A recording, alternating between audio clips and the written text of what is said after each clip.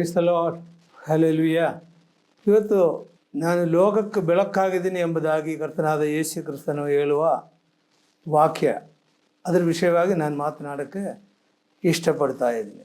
ಆ ವಾಕ್ಯದ ಒಂದು ವಾಕ್ಯವನ್ನು ನಾವು ಓದ್ಕೊಳ್ಳೋಣ. ಯೋಹಾನ ಬರೆಸುವ ವಾರ್ತೆ 8ನೇ ಅಧ್ಯಾಯ 12ನೇ ವಾಕ್ಯ. ಯೇಸು ತಿರುಗಿ ಅವರ ಸಂಗಡ ಮಾತನಾಡುತ್ತಾ ಆರಂಭಿಸಿ, ನಾನೇ ಲೋಕಕ್ಕೆ ಬೆಳಕು, ನನ್ನನ್ನು ಅನುಸರಿಸುವವನು ಕತ್ತಲೆಯಲ್ಲಿ ನಡೆಯದೆ ಜೀವ ಕೊಡುವ ಬೆಳಕನ್ನು ಹೊಂದಿರುವರಾಗಿರುವನು ಎಂದು ಹೇಳಿದನು.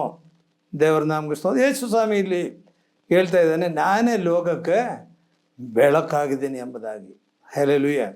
ಲೋಕಕ್ಕೆ ಬೆಳಕು. ಈ ವಾಕ್ಯದಲ್ಲಿ ನಾವು 2-3 ವಿಷಯಗಳನ್ನು ನಾವು ನೋಡ್ತೀವಿ. ನಾನೇ ಲೋಕಕ್ಕೆ ಬೆಳಕು. ಆಮೇಲೆ ಇಲ್ಲಿ ಹೇಳಿದ್ರು ಕತ್ತಲೆ. ಬೆಳಕು ಮತ್ತು ಕತ್ತಲೆ ಇವೆರಡೂ ಈ ಪ್ರಪಂಚದಲ್ಲಿ ಇದ್ದಾವೆ. ಬೆಳಕಿದ್ದಾವೆ, ಕತ್ತಲೆ ಇದ್ದಾವೆ. ಈ ಒಂದೇ ವಾಕ್ಯದಲ್ಲಿ ಇದ್ದಾವೆ. ಬೆಳಕಿನಲ್ಲಿ ನಡೆಯೋದು, ಕತ್ತಲೆಯಲ್ಲಿ ನಡೆಯೋದು. ಕತ್ತಲೆಯಲ್ಲಿ ಬೆಳಕು, ಕತ್ತಲೆ ಅಂದರೆ ಬೇರೆ ಯಾವುದೂ ಅಲ್ಲ. ಬೆಳಕಂದರೆ ನಮ್ಮ ಕರ್ತನಾದ ಯೇಸು ಕ್ರಿಸ್ತನು, ಕತ್ತಲೆ ಅಂದರೆ ಬೇರೆ ಯಾರೂ ಅಲ್ಲ, ಸೈತಾನ ಕ್ರಿಯೆಗಳು. ನಾವು ಇದರಲ್ಲಿ ಇದೇ ವಾಕ್ಯದಲ್ಲಿ ನೋಡ್ತೀವಿ, ನಾನೇ ಲೋಕಕ್ಕೆ ಬೆಳಕು, ನನ್ನನ್ನು ಅನುಸರಿಸುವವನು. ಯಾರು ದೇವರ ವಾಕ್ಯವನುಸರಿಸಿ ಜೀವಿಸ್ತಾನೋ ಅವರು ಕತ್ತಲೆಯಲ್ಲಿ ನಡೆಯೋದಿಲ್ಲ. ಕತ್ತಲೆ ಕ್ರಿಯೆಗಳು ನಮಗೆ ಗೊತ್ತಿದ್ದಾವೆ. ಕತ್ತಲೆ ಯಾರು ಪಾಪ ಮಾಡೋರು ಯಾರು ಬೆಳಕಿನಲ್ಲಿ ಮಾಡಲ್ಲ, ಎಲ್ಲ ಕತ್ತಲೆಯಲ್ಲೇ ಮಾಡ್ತಿರ್ತಾರೆ. ನಾವು ನೋಡ್ತೀವಿ, ಕೆಲವು ಬಾರ್ಗಳಲ್ಲಿ ಹೋದರೆ ಬೆಳಕೇ ಇರಲ್ಲ, ಬೇರೆ 0 ವೋಲ್ಟ್ ಬಲ್ಬ್ಗಳನ್ನು ಹಾಕಿರ್ತಾರೆ. ಯಾಕಂದರೆ ಅಲ್ಲಿ ಬೆಳಕಿಲ್ಲ, ಸೈತಾನ ಕ್ರಿಯೆಗಳಲ್ಲಿ ನಡೆಯೋದು. ಪಕ್ಕದಲ್ಲಿ ಕೂತ್ಕೊಂಡು ಅಪ್ಪ ಪಕ್ಕದಲ್ಲಿ ಕೂತ್ಕೊಂಡು ಕುಡಿದ್ರು, ಮಗ ಹಿಂದ್ಗಡೆ ಕೂತ್ಕೊಂಡು ಕುಡಿದ್ರು ಗೊತ್ತಾಗಲ್ಲ. ಆ ರೀತಿಯಲ್ಲಿ ಅವರಲ್ಲಿ ಅರೇಂಜ್ ಮಾಡಿದ್ದಾರೆ ಕತ್ತಲೆ ಕ್ರಿಯೆಗಳು. ಎಲ್ಲ ಪಾಪ ಮಾಡೋದೆಲ್ಲ ಕತ್ತಲೆಗಳೇ. ರಾತ್ರಿಯಲ್ಲಿ ಕತ್ತಲೆಯಲ್ಲಿ ಜನಗಳು ಪಾಪ ಮಾಡ್ತಿರ್ತಾರೆ. ಕುಡುಕತನ, ಬೇರೆ ಬೇರೆ ಪಾಪ ಕಾರ್ಯಗಳನ್ನೆಲ್ಲ ಮಾಡೋದು ಕತ್ತಲೆಯಲ್ಲಿ. ಹಾಗಾದರೆ ಕತ್ತಲೆ ಸೈತಾನ ಒಂದು ಪ್ರತಿನಿಧಿ. ಕತ್ತಲೆ ಅಂದರೆ ಸೈತಾನೆ, ಸೈತಾನ ಕ್ರಿಯೆಗಳು, ಅದು ಕತ್ತಲೆಯಲ್ಲೇ ನಡೆಯೋದು. ಆದರೆ ಇಲ್ಲಿ ಯೇಸುಸ್ವಾಮಿ ಹೇಳ್ತಾನೆ, ನನ್ನನ್ನು ಅನುಸರಿಸುವನು ಕತ್ತಲೆಯಲ್ಲಿ ನಡೆಯೋದಿಲ್ಲ. ಹಾಗಾದರೆ ಕತ್ತಲೆಯಲ್ಲಿ ಯೇಸು ಸ್ವಾಮಿ ದೇವರ ವಾಕ್ಯವನ್ನು ಅನುಸರಿಸಿ ಜೀವಿಸೋರು ಯಾವತ್ತೂ ಕತ್ತಲೆಯಲ್ಲಿ ನಡೆಯೋದಿಲ್ಲ ಎಂಬುದಾಗಿ ಇಲ್ಲಿ ಹೇಳ್ತಾ ಇದ್ದಾರೆ. ಆಮೇಲೆ ಮತ್ತೆ ನೋಡ್ತೀವಿ, ಅನುಸರಿಸೋರು ಮತ್ತೆ ಹೇಗೆ ನಡೀತಾರೆ? ಜೀವ ಕೊಡುವ ಬೆಳಕು. ಈ ಬೆಳಕು ಸಾಮಾನ್ಯ ಬೆಳಕಲ್ಲ, ಜೀವ ಕೊಡುವ ಬೆಳಕಾಗಿದ್ದಾವೆ. ಹಲ್ಲೆಲೂಯಾ. ಇದು ಜೀವ ಕೊಡುವ ಬೆಳಕು. ಈ ಬೆಳಕಿನಲ್ಲಿ ನಡೆಯುವವರು ಯಾವಾಗಲೂ ವಾಕ್ಯ ಅನುಸರಿಸಿ ಜೀವಿಸ್ತಾರೆ. ಯೇಸು ಸ್ವಾಮಿಯನ್ನು ಸ್ವಂತ ರಕ್ಷಕನಾಗಿ ಸ್ವೀಕಾರ ಮಾಡಿ, ಯೇಸುವೇ ಬೆಳಕು, ಯೇಸು ಹೇಳ್ತಾನೆ ನಾನೇ ಬೆಳಕಾಗಿದ್ದೀನಿ ಎಂಬುದಾಗಿ. ಹಾಗಾದರೆ ಬೆಳಕಿನಲ್ಲಿ ನಡೆಯುವರು ಜೀವ ಕೊಡುವ ಬೆಳಕಿನಲ್ಲಿ ನಡೆಯುವರಾಗಿರ್ತೀವಿ. ದೇವರ ನಾಮಕ್ಕೆ ಸ್ತೋತ್ರವಾಗಲಿ. ಹಲ್ಲೆಲೂಯಾ. ಮತ್ತು ನಾವು ಮತ್ತಾಯನ ಬರೆಸುವ ವಾರ್ತೆ 4:16 ನಾವು ನೋಡ್ತೀವಿ, ಕತ್ತಲಲ್ಲಿ ವಾಸಿಸಿದ ಈ ಸೀಮೆಗಳ ಜನರಿಗೆ ದೊಡ್ಡ ಬೆಳಕು ಕಾಣಿಸಿತು. ಹಲ್ಲೆಲೂಯಾ. ಈ ಪ್ರಪಂಚವೆಲ್ಲ ಅಂಧಕಾರದಲ್ಲಿದ್ದಾವೆ, ಎಲ್ಲ ಸೈತಾನ ಅಧೀನದಲ್ಲಿದ್ದಾವೆ. ಈ ಭೂಲೋಕವು ಸೈತಾನ ಅಧೀನದಲ್ಲಿದೆ ಎಂಬುದಾಗಿ ವಾಕ್ಯದಲ್ಲಿ ಬರೆದಿದ್ದಾವೆ. ಸೈತಾನ ಕ್ರಿಯೆಗಳೆಲ್ಲ ಕತ್ತಲೆಯಲ್ಲೇ ನಡೆಯೋದು. ಅದರಿಂದ ಇಲ್ಲಿ ಬರೀತಲ್ಲ, ಕತ್ತಲೆಯಲ್ಲಿ ವಾಸಿಸುವ ಈ ಸೀಮೆಗಳ ಜನರಿಗೆ, ಈ ಪ್ರಪಂಚದಲ್ಲಿರುವ ಕತ್ತಲೆಯಲ್ಲಿ ವಾಸಿಸುವ ಜನರಿಗೆ ಬೆಳಕು ಕಾಣಿಸಿತು. ಹಲ್ಲೆಲೂಯಾ. ಬೆಳಕಂದ್ರೆ ಬೇರೆ ಯಾವುದು ಅಲ್ಲ, ನಮಗೆ ಅರ್ಥನಾದ ಯೇಸು ಕ್ರಿಸ್ತನೇ ಬೆಳಕಾಗಿದ್ದಾನೆ. ಯೇಸು ಹೇಳಿದ್ದಾನೆ, ನಾನೇ ಲೋಕಕ್ಕೆ ಬೆಳಕಾಗಿದ್ದೀನಿ ಎಂಬುದಾಗಿ. ಹಲ್ಲೆಲೂಯಾ. ಕಾರ್ಗತ್ತಲಾದ ದೇಶದಲ್ಲಿದ್ದವರಿಗೆ ಸೂರ್ಯೋದಯವಾಯಿತು ಅಂದನು. ಭಾಳ ಕತ್ತಲೆಯಲ್ಲಿ ಇದ್ದವರಿಗೆ ಒಂದು ದೊಡ್ಡ ಬೆಳಕು ಕಾಣಿಸಿತು. ಕತ್ತಲೆಗೆ ಬೆಳಕಿಗೂ ಸಂಬಂಧವಿಲ್ಲ. ದೇವರು ಮಾತ್ರ ಕತ್ತಲೆ ಎಂದು ಇಷ್ಟಪಡಲ್ಲ. ಹಲ್ಲೆಲೂಯಾ. ಕತ್ತಲೆ ಮಾತ್ರ ದೇವರು ಇಷ್ಟಪಡೋದೇ ಇಲ್ಲ. ದೇವರು ಮೊದಲನೇದಾಗಿ ಪ್ರಪಂಚವನ್ನು ಸೃಷ್ಟಿ ಮಾಡಿದಾಗ ದೇವರು ಸೃಷ್ಟಿ ಪೂರ್ಣವಾಗಿ ಮಾಡಿತ್ತು. ಆದರೆ ಸೈತಾನ್ ಬಂದು ಅಲ್ಲಿ ಕತ್ತಲೆಯನ್ನು ಮಾಡಿದೆ. ಹಲ್ಲೆಲೂಯಾ. ಆದಿಕಾಂಡ 1:1-4 ವಾಕ್ಯದಲ್ಲಿ ನಾವು ನೋಡುವಾಗ, ಆದಿಯಲ್ಲಿ ದೇವರು ಆಕಾಶವನ್ನು ಭೂಮಿಯನ್ನು ಉಂಟು ಮಾಡಿದನು. ಭೂಮಿಯು ಕ್ರಮವಿಲ್ಲದೆಯೂ ಬರಿದಾಗಿಯೂ ಇತ್ತು. ಕ್ರಮ ಇರಲಿಲ್ಲ, ಆಮೇಲೆ ಬರಿದಾಗಿಯೂ ಇತ್ತು. ಆದಿಸಾಗರ ಮೇಲೆ ಕತ್ತಲೆ ಇತ್ತು. ನೋಡ್ರಿ, ದೇವರಿಗೆ ವಿರುದ್ಧವಾದ ಒಂದು ವಿಷಯ ಕತ್ತಲೆ. ಕತ್ತಲೆ ದೇವರಿಗೆ ಹಿಡಿಸಲ್ಲ, ಯಾಕಂದರೆ ಕತ್ತಲೆ ಸೈತಾನ ಕ್ರಿಯೆಗಳು. ಇದು ಮಾಡಿದರೆ ಸೈತಾನಿಂದಲೇ ಆದಿಸಾಗರದ ಮೇಲೆ ಕತ್ತಲೆ ಉಂಟು. ಅದು ವಿವರಿಸೋಕ್ಕೆ ಟೈಮ್ ಇಲ್ಲ, ಬೇಕಾದ್ರೆ ಇನ್ನೊಂದು ಸರ್ತಿ ನಾವು ಅದರ ವಿಷಯವಾಗಿ ಮಾತನಾಡೋಣ. ದೇವರ ಆತ್ಮವು ಜಲಸಮೂಹದ ಮೇಲೆ ಚಲಿಸಿತು, ಆಗ ದೇವರು ಬೆಳಕಾಗಲಿ ಅಂದನು. ನೋಡ್ರಿ, ಈ ಆದಿಕಾಂಡ ಪುಸ್ತಕ 1-4 ವಾಕ್ಯ ಓದುವಾಗ ಅಲ್ಲಿ ಕೂಡ ಕತ್ತಲೆ ಮತ್ತು ಬೆಳಕು. ಈ ಪ್ರಪಂಚದಲ್ಲಿ 2 ವಿಷಯಗಳು ಮೇಯ್ನ್ ಆಗಿರೋದು ಅದೇ, ಒಂದು ಬೆಳಕು ಮತ್ತು ಕತ್ತಲೆ. ಕತ್ತಲೆ ಅಂದರೆ ಸೈತಾನಿಗೆ ಸಂಬಂಧಪಟ್ಟಿದ್ದು, ಬೆಳಕಂದರೆ ದೇವರಿಗೆ ಸಂಬಂಧಪಟ್ಟಿದ್ದು. ಆ ಆದಿಸಾಗರದ ಮೇಲೆ ಕತ್ತಲಿತ್ತು. ದೇವರು ಮೊಟ್ಟ ಮೊದಲನೇದಾಗಿ ಮಾಡಿರೋದೇನಪ್ಪ ಅಂದರೆ ಬೆಳಕಾಗಲಿ ಅಂದನು. ಹಲ್ಲೆಲೂಯಾ. ಬೆಳಕಾಗಲಿ ಅಂತ ಅಂದಿದ ತಕ್ಷಣ ಏನಾಯಿತು? ಕತ್ತಲೆ ಓಡೋಗ್ಬಿಡ್ತು. ಹಲ್ಲೆಲೂಯಾ. ದೇವರು ಬೆಳಕನ್ನು ಕತ್ತಲೆಯನ್ನು ಬೇರೆ ಬೇರೆ ಮಾಡಿದರು. ಬೆಳಕಿನ ಜೊತೆಯಲ್ಲಿ ಕತ್ತಲೆ ಇರೋಕ್ಕೆ ಸಾಧ್ಯನೇ ಇಲ್ಲ. ಹಲ್ಲೆಲೂಯಾ. ಬೆಳಕಿನ ಜೊತೆ ಯಾವತ್ತೂ ಕತ್ತಲೆ ಇರೋದಿಲ್ಲ. ಒಂದು ರೂಮ್ನಲ್ಲಿ ಪೂರ್ತಿ ಕತ್ತಲೆ ಇದ್ದಾಗ ನಾವು ಒಂದು ಲೈಟ್ ಸ್ವಿಚ್ ಆನ್ ಮಾಡಿದ್ರೆ ಸಾಕು, ಕತ್ತಲೆ ಎಲ್ಲ ಹೊರಟು ಹೋಗ್ಬಿಡ್ತದೆ. ಕತ್ತಲೆ ಇರೋಕ್ಕೆ ಸಾಧ್ಯನೇ ಇಲ್ಲ. ಕತ್ತಲೆ ನಮ್ಗೆ ಬೆಳಕಿನವ್ರಿಗೆ ಕತ್ತಲೆ ಹುಡುಕಿದ್ರೆ ಕೂಡ ಸಿಕ್ಕಲ್ಲ. ಒಬ್ಬರೊಂದು ಸರ್ತಿ ಒಂದು ಮೂಂಬತ್ತಿ ಹಚ್ಚಿ ಕತ್ತಲೆ ಇರೋ ಜಾಗದಲ್ಲಿ ಮೂಂಬತ್ತಿ ಹಚ್ಚಿ ಕಳಿಸಿದ್ರು. ಕತ್ತಲೆ ಎಲ್ಲ ಇದನ್ನು ನೋಡ್ಕೊಂಬ ಅಂತೇಳಿ. ಈ ಮೂಂಬತ್ತಿ ಹಿಡ್ಕೊಂಡಲ್ಲಿ ಹೋಗೋ ಜಾಗದ ಎಲ್ಲ ಬೆಳಕು. ಯಾಕಂದರೆ ಬೆಳಕು ಹೋಗಿರೋ ಜಾಗದಲ್ಲಿ ಏನಾಗುತ್ತೆ?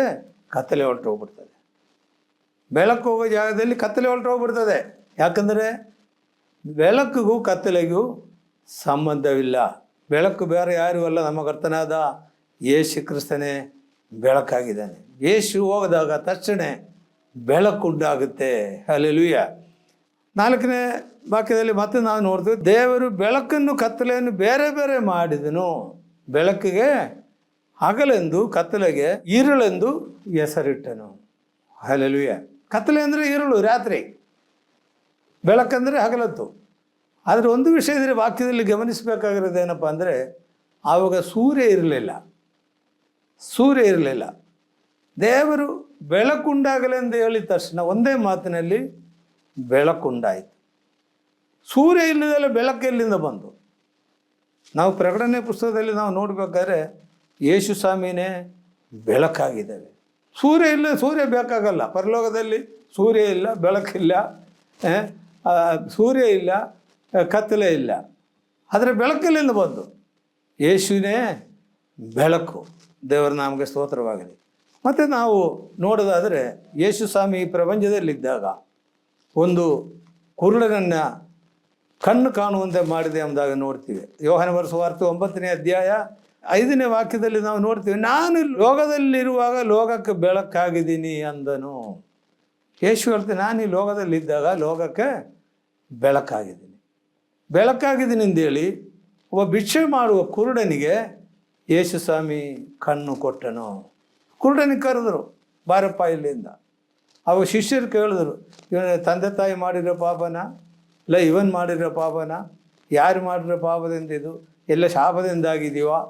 ಯೇಸು ಸ್ವಾಮಿ ಹೇಳಿದ್ರು, ಯಾರು ಮಾಡಿರೋ ಪಾಪದಿಂದಲ್ಲ, ದೇವರ ನಾಮ ಮಹಿಮೆ ಹೊಂದುವುದಕ್ಕೋಸ್ಕರ ಆಯಿತು ಎಂಬುದಾಗಿ ಹೇಳ್ತಾ ಇದ್ದಾನೆ.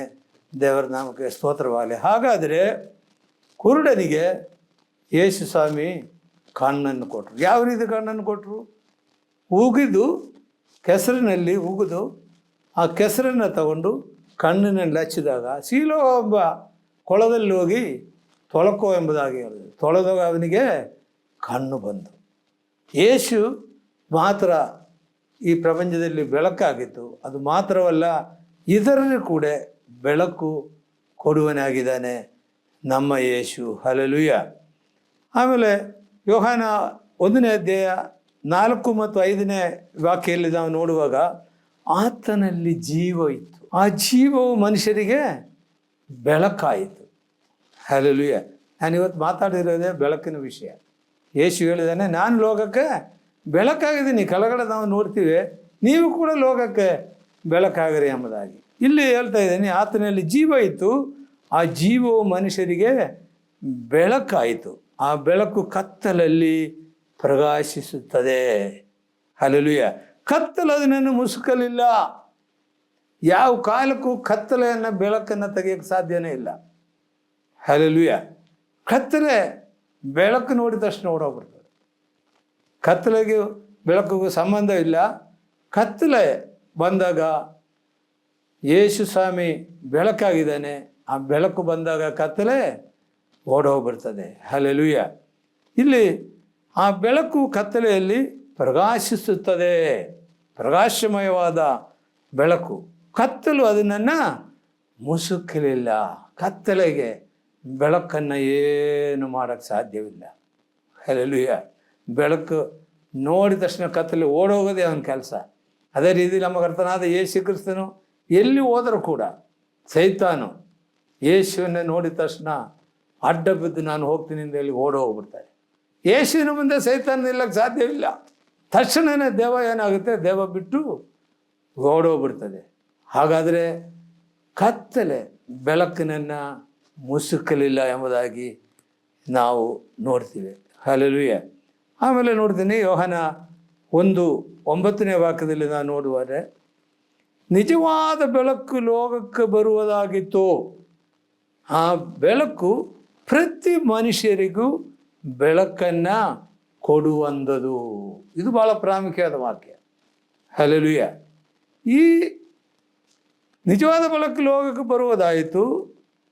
ಆ ಬೆಳಕೆ ಪ್ರತಿ ಮನುಷ್ಯರಿಗೂ ಬೆಳಕನ್ನು ಕೊಡುವಂಥದ್ದು. ಪ್ರತಿ ಮನುಷ್ಯರಿಗೂ. ಯೇಸುಸ್ವಾಮಿ ಯಾವ ಮುಖಪಕ್ಷ ಇಲ್ಲದಲೇ ಇಲ್ಲಿ ಮಾತಾಡ್ತಾ ಇದ್ದಾರೆ. ಎಲ್ಲರಿಗೂ ಬೆಳಕು ಕೊಡ್ತಾನೆ. ಯೇಸುಸ್ವಾಮಿಗೆ ಅವರು ಇವರು ಎಂಬುದಾಗಿ ಲೆಕ್ಕ ಇಲ್ಲ. ಪ್ರಪಂಚದಲ್ಲಿರುವ ಎಲ್ಲ ಮನುಷ್ಯರಿಗೂ ಬೆಳಕು ಕೊಡುವನಾಗಿದ್ದಾನೆ ನಮ್ಮ ಯೇಸು. ಹಲ್ಲೆಲೂಯಾ. ಆದರೆ ಆ ಯೇಸು ಕ್ರಿಸ್ತನನ್ನು, ಆ ಬೆಳಕನ್ನು ನೀವೇನು ಮಾಡಬೇಕು ಗೊತ್ತಾ? ಸ್ವೀಕಾರ ಮಾಡಬೇಕು. ಬೆಳಕನ್ನು ಕೊಡ್ತಾನೆ, ಆದರೆ ಬೆಳಕು ನೀವು ಸ್ವೀಕಾರ ಮಾಡಬೇಕು. ಆ ಬೆಳಕು ನನಗೆ ಬೇಕು, ಕತ್ತಲೆ ನನಗೆ ಬೇಡ. ನಾನು ಇನ್ನು ಮೇಲೆ ಕತ್ತಲೆ ಅನುಭವದಲ್ಲಿ ಜೀವಿಸೋದಿಲ್ಲ. ನಾವು ಪಾಪ ಜೀವಿತವನ್ನು ಬಿಟ್ಟುಬಿಡ್ತೀನಿ. ನಾನು ಯೇಸುವಿನ ಸ್ವೀಕಾರ ಮಾಡ್ತೀನಿ. ನನಗೆ ಬೆಳಕು ಬೇಕು. ಪ್ರತಿಯೊಬ್ಬ ಮನುಷ್ಯರಿಗೆ ಜಾತಿ ಮತ ಭೇದ ಇಲ್ಲದೆಲ್ಲ ಎಲ್ಲರಿಗೂ ಯೇಸು ಏನು ಮಾಡ್ತಾನೆ? ಬೆಳಕನ್ನು ಕೊಡ್ತಾನೆ. ಹಲ್ಲೆಲೂಯಾ. ಆದರೆ ನಾವೇನು ಮಾಡಬೇಕು? ನಮ್ಮ ಹೃದಯಗಳನ್ನು ತೆಗಿಬೇಕು. ಆ ಬೆಳಕನ್ನು ನಾವು ಸ್ವೀಕಾರ ಮಾಡಬೇಕು. ಯೇಸು ಹೇಳ್ತಾನೆ, ನೀವು ಕೂಡ ಬೆಳಕಾಗಿರಿ. ಹಲ್ಲೆಲೂಯಾ. ನೀವು ಕೂಡ ಬೆಳಕಾಗಿರಿ. ಆದರೆ ನಾವೇನು ಮಾಡಬೇಕು? ಆ ಬೆಳಕು ಬೇರೆಯವರು ಕೂಡ ತೋರಿಸುವ ಕರ್ತವ್ಯ ನಮ್ಮದಾಗಿರ್ತಾರೆ. ಕರ್ತನಾದ ಯೇಸು ಕ್ರಿಸ್ತನ ಈ ಪ್ರಪಂಚದಲ್ಲಿದ್ದಾಗ ಎಷ್ಟೊಂದು ಕಷ್ಟಪಟ್ಟರು ಗೊತ್ತಾ ನಿಮಗೆ? ಯೇಸು ಈ ಪ್ರಪಂಚದಲ್ಲಿದ್ದಾಗ ಇಡೀ ಪ್ರಪಂಚಕ್ಕೆ ಬೆಳಕು ಕೊಡಬೇಕಾದ್ರೆ ಭಾಳ ಕಷ್ಟಗಳನ್ನು ಯೇಸು ಸ್ವಾಮಿ ಅನುಭವಿಸಿದರು. ಯಹೂದ್ಯರು ಯೇಸುವಿನ ವಿಷಯವಾಗಿ ಬೇರೆ ಕೆಟ್ಟ ಮಾತುವಿನಲ್ಲಿ ದೆವ್ವ ಇದ್ದಾವೆ, ಇವನು ಬೇರೆ ಬೇರೆ ವಿಷಯಗಳಲ್ಲಿ ಯೇಸು ಸ್ವಾಮಿನ ಮಾತನಾಡಿದರು. ಆಮೇಲೆ ಶಿಲುಬೆಯಲ್ಲಿ ಹಾಕಬೇಕಾದ್ರೆ ಓಡೋದರು, ಮುಖ ಕುಗಿದರು, ಎಲ್ಲವನ್ನ ಮಾಡಿದರು. ಹಲ್ಲೆಲೂಯಾ. ಬೆಳಕು ಕೊಡಬೇಕಾದ್ರೆ ಕಷ್ಟ. ಅದಕ್ಕೆ ನಾನೊಂದು ಉದಾಹರಣೆ ನಿಮಗೆ ಹೇಳ್ತೀನಿ. ಒಂದು ಮೂಂಬತ್ತಿ ನಾವು ಹಚ್ಚಿದರೆ ಆ ಮೂಂಬತ್ತಿ ರೂಮಿಗೆಲ್ಲ ಪ್ರಕಾಶ ಕೊಡ್ತದೆ. ಆದರೆ ನಾವೇನೋ ಬೆಳಕು ನೋಡ್ತೀವಿ, ಆದರೆ ಆ ಮೂಂಬತ್ತಿ ಗದಿ ನೀವು ನೋಡ್ತೀರಾ? ಮೂಂಬತ್ತಿ ಸ್ವಲ್ಪ ಸ್ವಲ್ಪ ಆಗಿ ಕರಗಿ ಕರಗಿ ಕರಗಿ ಕರಗಿ ಮೆಲ್ಟಾಗಿ ಪೂರ್ಣವಾಗಿ ಮೆಲ್ಟಾಗಿ ಆಗೋದನ್ನು ನಾವು ನೋಡ್ತೀವಿ. ಅದೇ ರೀತಿ ನಮ್ಮ ಕರ್ತನಾದ ಯೇಸು ಕ್ರಿಸ್ತನು ಈ ಪ್ರಪಂಚದಲ್ಲಿ ಮನುಷ್ಯರಿಗೆ, ಇಡೀ ಪ್ರಪಂಚದಲ್ಲಿರುವ ಎಲ್ಲರಿಗೂ ಬೆಳಕು ಕೊಡುವುದರ ಮೂಲಕವಾಗಿ ತಾನೇ ಯಜ್ಞವಾದರನು ಎಂಬುದಾಗಿ ನಾವು ನೋಡ್ತೀವಿ. ಇಡೀ ಮಾನವ ಜನಾಂಗದ ಪಾಪದ ಪರಿಹಾರಕ್ಕೋಸ್ಕರ ಯೇಸು ಸ್ವಾಮಿ ಕಾಲ್ವರಿ ಶಿಲುಬೆಯಲ್ಲಿ ತನ್ನ ಪ್ರಾಣವನ್ನೇ ಕೊಟ್ಟನು. ಹಲ್ಲೆಲೂಯಾ. ತನ್ನ ಪ್ರಾಣವನ್ನೇ ಕೊಟ್ಟನು, ಯಜ್ಞವಾದನು. ರಕ್ತವನ್ನು ಸುರಿಸಿದರು. ರಕ್ತಧಾರ ಇಲ್ಲದಲೇ ಪಾಪ ಪರಿಹಾರ ಇಲ್ಲ ಎಂಬುದಾಗಿ ವಾಕ್ಯದಲ್ಲಿ ಬರೆಯಲ್ಪಟ್ಟಿದ್ದಾವೆ. ಕರ್ತನಾದ ಯೇಸು ಕ್ರಿಸ್ತನು ತನ್ನ ರಕ್ತವನ್ನು ನಮಗೋಸ್ಕರ ಸುರಿಸಿದೆ ಎಂಬುದಾಗಿ ನಾವು ನೋಡ್ತೀವಿ. ಹಲ್ಲೆಲೂಯಾ. ಆ ರಕ್ತದಿಂದ ನಮಗೆ ಬಿಡುಗಡೆ ಉಂಟು. ಯೇಸು ಕಾಲ್ವರಿ ಶಿಲುಬೆಯಲ್ಲಿ ಸುಲಿದ ರಕ್ತದಿಂದ, ಆತನ ಬಾಸುಂಡಗಳಿಂದ ನಮಗೆ ಗುಣವಾಯಿತು. ಇಲ್ಲಿ ನಮ್ಮನ್ನು ಕೇಳುವ ಪ್ರತಿಯೊಬ್ಬರಿಗೆ ಯಾರಾದರೂ ರೋಗವಾಗಿ ಕಷ್ಟಪಡುವುದಾಗಿದ್ದರೆ ಯೇಸು ನಮಗೋಸ್ಕರ ಬೆನ್ನಿಗೆ ಹೊಡೆತ ತಿಂದರು, ಬಾರಕೋಲಿಂದ ಹೊಡೆದರು, ಆತನ ಬಾಸುಂಡಗಳಿಂದ ನಮಗೆ ಗುಣವಾಯಿತು. ಯೆಶಾಯನ ಬರೆದ ಪ್ರವಾದನೆ ಗ್ರಂಥ ಎಷ್ಟೋ ವರ್ಷಗಳ ಹಿಂದೆ ಹೇಳ್ತಾ ಇದ್ದಾನೆ, ಸುಮಾರು 600 ವರ್ಷಗಳ ಹಿಂದೆ ಯೆಶಾಯನು ಹೇಳ್ತಾ ಇದ್ದಾನೆ, ಆತನ ಬಾಸುಂಡಗಳಿಂದ ನನಗೆ ಗುಣವಾಯಿತು. ಅದರಿಂದ ಯೇಸು ನಮಗೋಸ್ಕರ ಒಂದು ಮೂಮತಿ ಯಾವ ರೀತಿ ಬೆಳಕು ಕೊಟ್ಟು ಈ ರೀತಿಯಲ್ಲಿ ಕರಗಿ ಮೆಲ್ಟಾಗಿ ಹೋಗಿದೆಯೋ, ಅದೇ ತೀರ ನಮ್ಮ ಕರ್ತನಾದ ಯೇಸು ಕ್ರಿಸ್ತನು ಶಿಲುಬೆಯಲ್ಲಿ ಇಡೀ ಪ್ರಪಂಚದಲ್ಲಿ 3.5 ವರ್ಷ ಕಾಲ ಅನೇಕರಿಗೆ, ರೋಗದವರಿಗೆ ಬಿಡುಗಡೆ ಕೊಟ್ಟರು, ದೆವ್ವಪೀಡಿದವರಿಗೆ ಬಿಡುಗಡೆ ಕೊಟ್ಟರು, ಕುಷ್ಠರೋಗಿಗಳನ್ನು ವಾಸಿ ಮಾಡಿದರು, ಸತ್ತವರನ್ನು ಎಬ್ಬರಿಸಿದರು, ಅನೇಕ ಅದ್ಭುತ ಕಾರ್ಯಗಳನ್ನು ಮಾಡಿ ಕಡೆಗೆ ಯೇಸು ತನ್ನ ಪ್ರಾಣವನ್ನೇ ಕೊಟ್ಟನು. ಹಲ್ಲೆಲೂಯ. ಆ ಯೇಸುವಿನ ಮೇಲೆ ನೀವು ದೃಷ್ಟಿ ಇಡ್ತೀರಾ, ಆ ಬೆಳಕಿನ ಮೇಲೆ ನೀವು ದೃಷ್ಟಿ ಇಡ್ತೀರಾ, ನೀವು ಕೂಡ ಲೋಕಕ್ಕೆ ಬೆಳಕಾಗ್ತೀರಿ. ಇನ್ನೊಂದು ಉದಾಹರಣೆ ನಾನು ನಿಮಗೆ ಹೇಳ್ತೀನಿ. ಮಳೆಗಾಲ ಬಂದಾಗ ಮೊದಲನೇ ಮಳೆಗೆ ತುಂಬ ಮಳೆ ಬಂದ ತಕ್ಷಣವೇ ಒಂದು ಹುಳ ಬರ್ತದೆ, ಬೆಳಕು ಹುಳ ಅಂದೇಳಿ ಹೇಳ್ತೀವಿ. ಅದರ ಆಯುಸ್ಸು ಒಂದೇ ದಿವಸನೇ, ಅದು ಹುಟ್ಟೋದು ಒಂದೇ ದಿವಸ, ಆ ಒಂದು ದಿವಸ ಮುಗಿಯೋಷ್ಟೊತ್ತಿಗೆ ಸತ್ತೋಗ್ಬಿಡ್ತದೆ. ಅದು ಒಂದೇ ಗುರಿ. ಏನು ಗುರಿ ಗೊತ್ತಾ? ನಾನು ಬೆಳಕನ್ನು ನೋಡ್ತೀನಿ.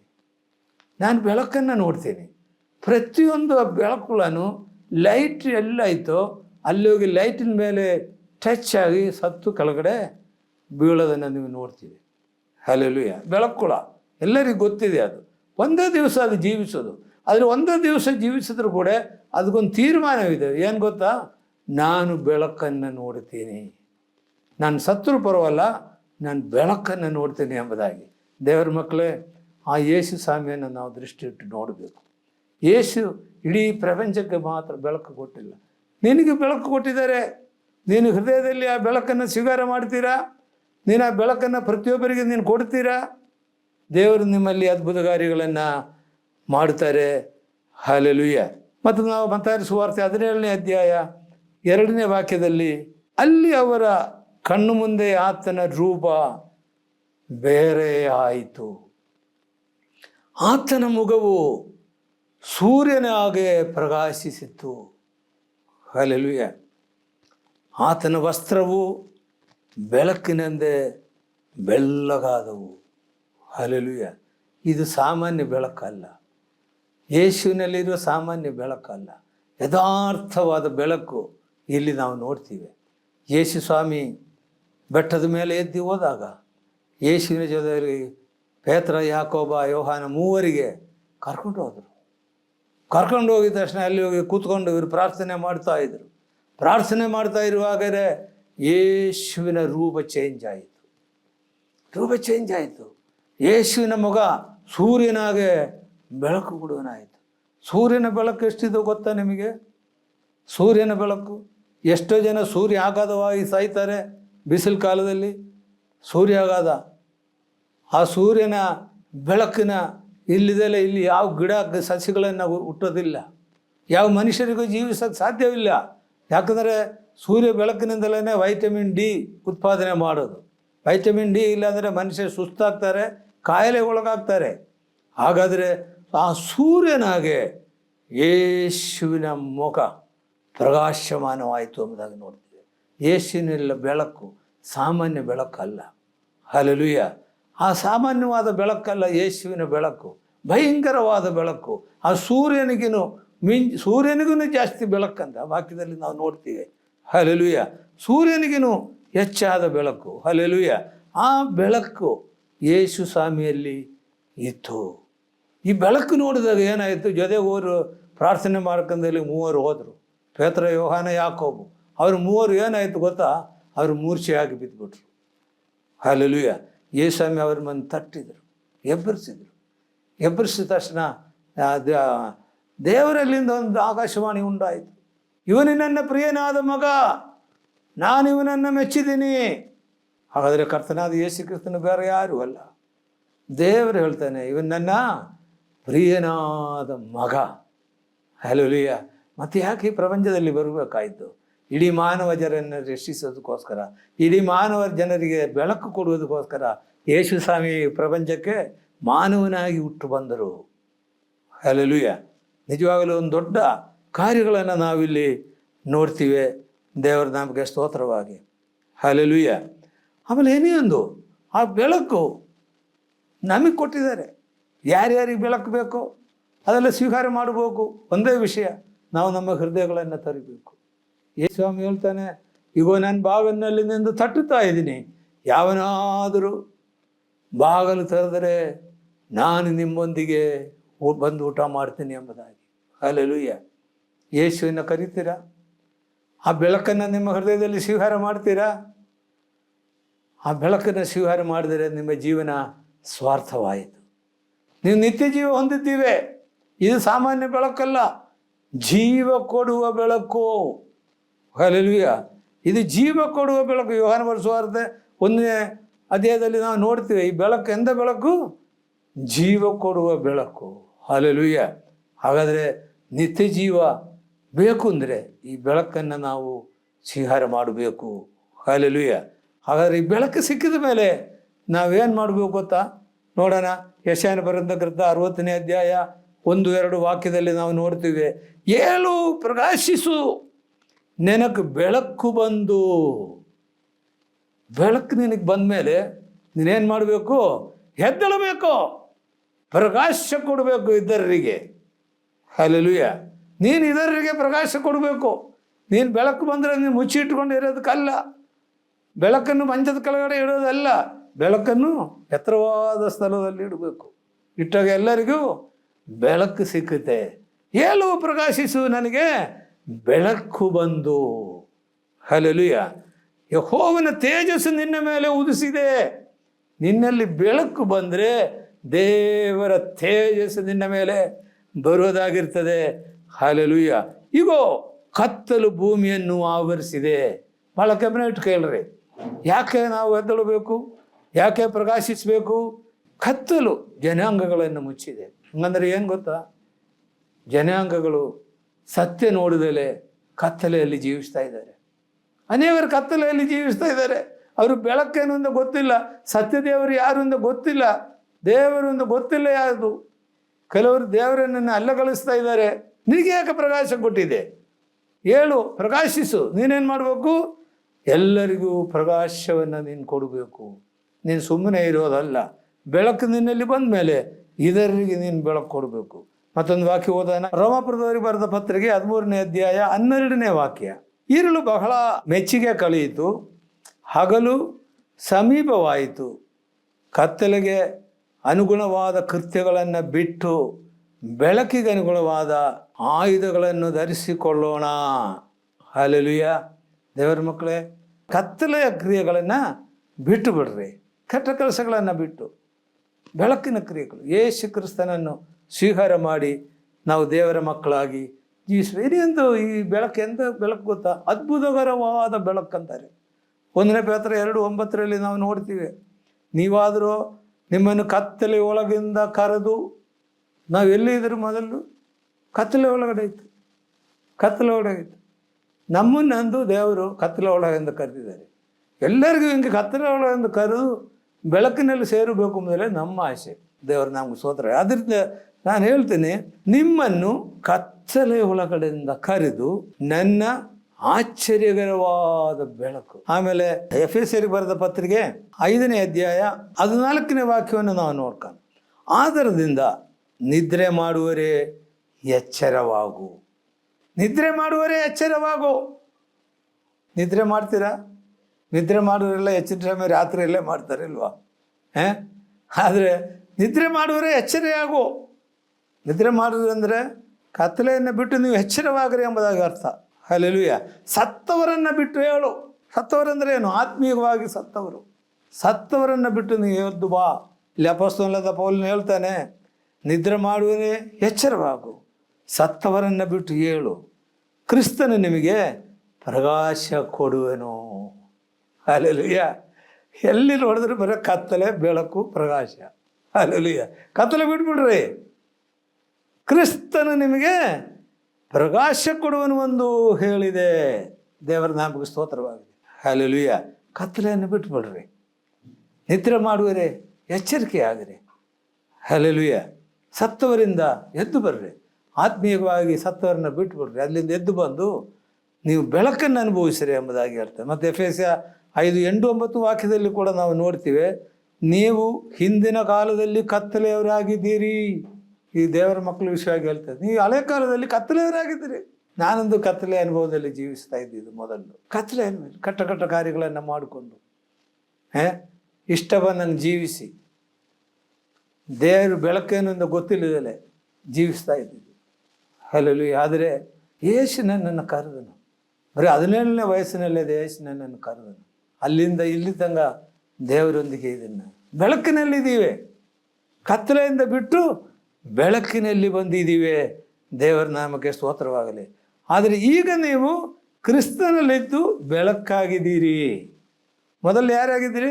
ಕತ್ತಲೆಯಲ್ಲಿದ್ದರೆ ಈಗ ಬೆಳಕಾಗಿದ್ದೀರಿ. ಆಮೇಲೆ ಬೆಳಕಿನವರಂದೇ ನಡೆದುಕೊಳ್ಳಿರಿ. ನೋಡ್ರಿ, ಎಚ್ಚರ ಮಾತು ಕೊಡ್ತಾ ಇದ್ದಾರೆ. ನೀವು ಬೆಳಕು ತಗೊಂಡ್ರೆ, ನೀನು ಯೇಸುಸ್ವಾಮಿನ ನಂಬಿದರೆ, ಚರ್ಚಿಗೆ ಬರ್ತಾ ಇದ್ದೀರಿ, ದೇವರಿಗೋಸ್ಕರ ಜೀವಿಸ್ತಾ ಇದ್ದೀರಿ, ಅದರಲ್ಲಿ ಕತ್ತಲೆ ಕ್ರಿಯೆಗಳು ನಿನ್ನಲ್ಲಿ ಇದೆಯಾ? ಇಲ್ಲಿ ಹೇಳ್ತಾ ಇದ್ದಾನೆ, ಬೆಳಕಿನವರಂದೇ ನಡೆದುಕೊಳ್ಳ್ರಿ.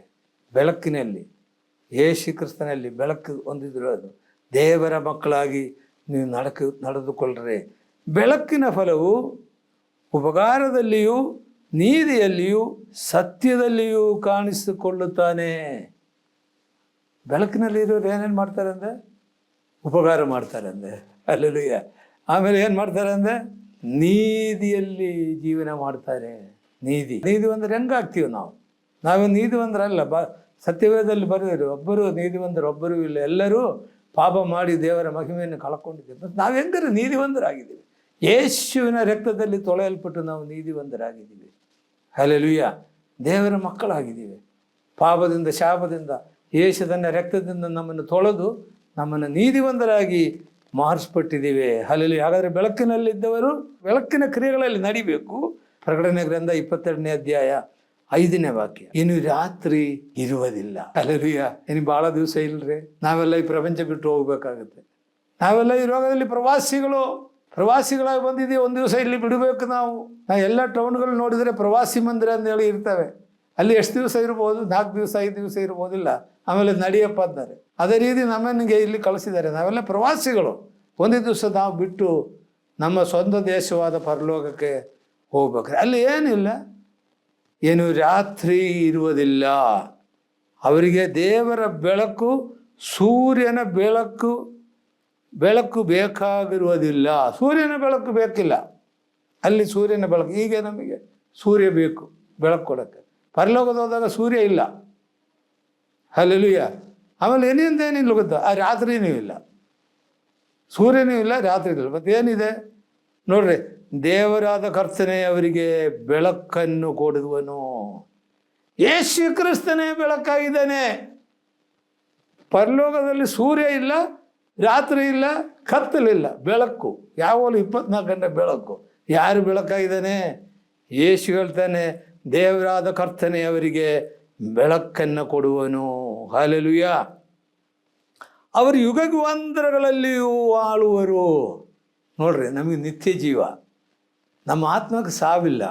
ನಮ್ಮ ಶರೀರ ಮಣ್ಣಾಗಿ ಹೋಗ್ಬಿಡ್ತದೆ. ದೇವರು ಕೊಟ್ಟರು ಆತ್ಮ ಇಲ್ಲ ನರಕಕ್ಕೆ ಹೋಗ್ಬೇಕು, ಇಲ್ಲ ನಿತ್ಯ ಜೀವಕ್ಕೆ ಹೋಗ್ಬೇಕು, ದೇವರ ಕಡೆಗೆ ಹೋಗ್ಬೇಕು. ಹಲ್ಲೆಲೂಯಾ. ಯುಗಾಂತರಗಳಲ್ಲಿ ನಾವು ಯೇಸುಸ್ವಾಮಿ ಹತ್ರ ಬಾಳುವರಾಗಿರ್ಬೇಕು. ಇದರಿಂದ ನಾವು ಬೆಳಕನ್ನು ನೋಡಿ ಜೀವಿಸುವರಾಗಿರಬೇಕು. ದೇವರ ನಾಮಕ್ಕೆ ಸ್ತೋತ್ರವಾಗಲಿ. ಹಲ್ಲೆಲೂಯಾ. ಈ ಭಾಳ ಸಮಯ ಆಗಿದ್ರೆ ಕೂಡ ಎಲ್ಲರೂ ತಾಳ್ಮೆಯಿಂದ ವಾಕ್ಯ ಕೇಳಿದರೆ ದೇವರು ನಿಮ್ಮನ್ನು ಆಶೀರ್ವದಿಸಲೇ. ನಾನು ನಿಮಿಷ ಪ್ರಾರ್ಥನೆ ಮಾಡ್ತೀನಿ. ಸರ್ವಶಕ್ತನಾದ ದೇವರೇ, ಕರ್ತನೇ, ಪ್ರಪಂಚ ಕತ್ತಲೆ ಒಳಗಡೆ ಇದೆಯಲ್ಲಪ್ಪ. ನೀನು ಬೆಳಕಾಗಿ ಈ ಪ್ರಪಂಚಕ್ಕೆ ಬಂದಿದೆಯಲ್ಲಪ್ಪ. ನಮಗೆ ಕೂಡ ಬೆಳಕನ್ನು ಕೊಟ್ಟಿದೆಯಲ್ಲಪ್ಪ. ನಾವು ಕೂಡ ಇದರಿಗೆ ಬೆಳಕಾಗುವಂತೆ ಸಹಾಯ ಮಾಡಪ್ಪ. ಬೆಳಕು ಬೇರೆ ಯಾರೂ ಅಲ್ಲ. ನೀನು ಹೇಳಿದೆಯಲ್ಲಪ್ಪ, ನಾನೇ ಲೋಕಕ್ಕೆ ಬೆಳಕಾಗಿದ್ದೀನಿ ಎಂಬುದಾಗಿ. ಆ ಬೆಳಕು ನಮಗೂ ಕೊಟ್ಟಿದೆಯಲ್ಲಪ್ಪ. ನೀವು ಕೂಡ ಲೋಕಕ್ಕೆ ಬೆಳಕಾಗ್ರಿ, ಇದರಿಗೆ ಬೆಳಕು ತೋರಿಸೋರಾಗ್ರಿ ಎಂಬುದಾಗಿ. ಅದೇ ರೀತಿಯಲ್ಲಿ ಮಾಡುವಂತೆ ಸಹಾಯ ಮಾಡಪ್ಪ. ಕತ್ತಲೆ ಕ್ರಿಯೆಗಳನ್ನೆಲ್ಲ ಬಿಟ್ಟು ಬೆಳಕಿನ ಕ್ರಿಯೆಗಳನ್ನಾಗಿ ಮಾಡುವುದಾಗಿ ನಮ್ಮನ್ನು ಮಾರ್ಪಡಿಸಪ್ಪ. ಯೇಸು ಕ್ರಿಸ್ತನ ನಾಮದಲ್ಲಿ ಬೇಡ್ತೀವಿ ತಂದೆಯೇ, amen, amen. Church of God full gospel church Chitradurga ವತಿಯಿಂದ ಪ್ರಸಾರವಾಯಿತು.